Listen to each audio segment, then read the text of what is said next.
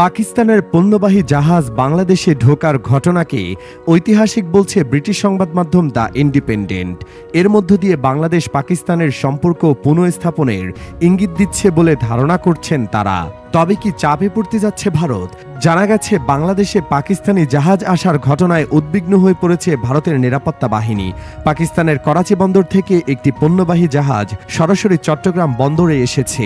গত 13 নভেম্বর বুধবার পাকিস্তান হাইকমিশন এই তথ্য জানায়। 1971 সালে স্বাধীনতা যুদ্ধের পর প্রথম কোনো পণ্যবাহী জাহাজ পাকিস্তান থেকে বাংলাদেশে এসেছে। ব্রিটিশ সংবাদ মাধ্যম দ্য ইন্ডিপেন্ডেন্ট প্রতিবেদন বলছে, করাচি থেকে পণ্যবাহী জাহাজটির বাংলাদেশ আসার বিষয়টি দুই দেশের ঐতিহাসিক জটিল সম্পর্কের পরিবর্তনের ইঙ্গিত দিচ্ছে। জানান দিচ্ছে, গণঅভ্যুত্থানের সাবেক প্রধানমন্ত্রী শেখ হাসিনার পতনের পর দুই দেশের মধ্যে উষ্ণ সম্পর্ক গড়ে উঠেছে।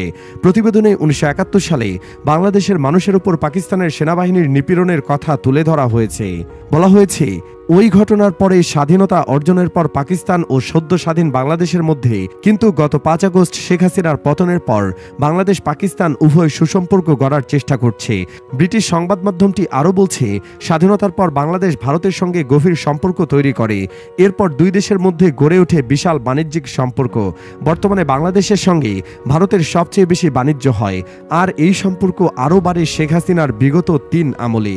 দ্য ইন্ডিপেন্ডেন্ট শেখ হাসিনার বৈদেশিক নীতির কথা উল্লেখ করেছে।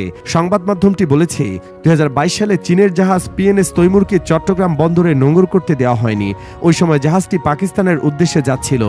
পথে চট্টগ্রামে থামতে চাইলেও জাহাজটি অনুমতি পায়নি।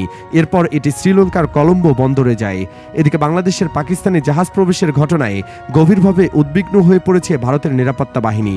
ভারতীয় সংবাদ মাধ্যম টেলিগ্রাফ ইন্ডিয়া গত 15 নভেম্বর এক প্রতিবেদনে এ তথ্য জানিয়েছে। প্রতিবেদনে বলা হয়েছে, ভারতের পূর্ব ও পশ্চিমাঞ্চলের দুই প্রতিবেশী দেশের মধ্যে সরাসরি সামুদ্রিক সংযোগ ভারতের উত্তর পূর্বাঞ্চলীয় রাজ্য বা 7 সিস্টার্সে সম্ভাব্য অস্থিরতা তৈরির কাজে ব্যবহার করা হতে পারে, কারণ বাংলাদেশের সীমান্তের খুব কাছেই এই রাজ্যগুলো অবস্থিত। শেখ হাসিনার পতনের পর ক্ষমতায় আসা অন্তর্বর্তী সরকার পাকিস্তানের সঙ্গে বাণিজ্য কার্যক্রম বাড়াতে আগ্রহী, আর তাদের আসা সরাসরি সামুদ্রিক পথের মাধ্যমে দুই দেশের মধ্যে বাণিজ্য বাড়বে। 2023 সালে বাংলাদেশ ও পাকিস্তানের মধ্যে বাণিজ্যের পরিমাণ $800 মিলিয়ন কম ছিল। একটি সূত্র সংবাদ মাধ্যমটিকে বলেছে, চট্টগ্রাম ও মোংলা বাংলাদেশের প্রধান দুই বন্দর। গত 5 দশকে এখানে পাকিস্তান জায়গা পায়নি। দুই দেশের মধ্যে বাণিজ্য হতো সিঙ্গাপুর ও কলম্বোর মাধ্যমে, কিন্তু এখন পাকিস্তানি জাহাজ সরাসরি চট্টগ্রাম বন্দরে আসবে। আপনি বলতে পারবেন না পাকিস্তান থেকে চট্টগ্রামে নিষিদ্ধ জিনিস আসবে না, আর সেগুলো সশস্ত্র গোষ্ঠীর হাতে যাবে না। তিনি 2004 সালে হাতিয়ার উদ্ধারের উল্লেখ করে দাবি করেন, পাকিস্তানের গোয়েন্দা সংস্থা ট্রলারে করে আসামের বিচ্ছিন্নতাবাদী দলের জন্য 1500 চাইনিজ রাইফেল পাঠিয়েছিল, কিন্তু সেগুলো হাতে যাওয়ার আগেই জব্দ করা হয়। সংবাদ মাধ্যমটির প্রতিবেদনে আরও বলা হয়েছে, ভারত সাবেক প্রধানমন্ত্রী শেখ হাসিনাকে ব্যবহার করে বাংলাদেশের এ দুটি বন্দর থেকে চীনকে দূরে ঠেলে দিয়েছিল।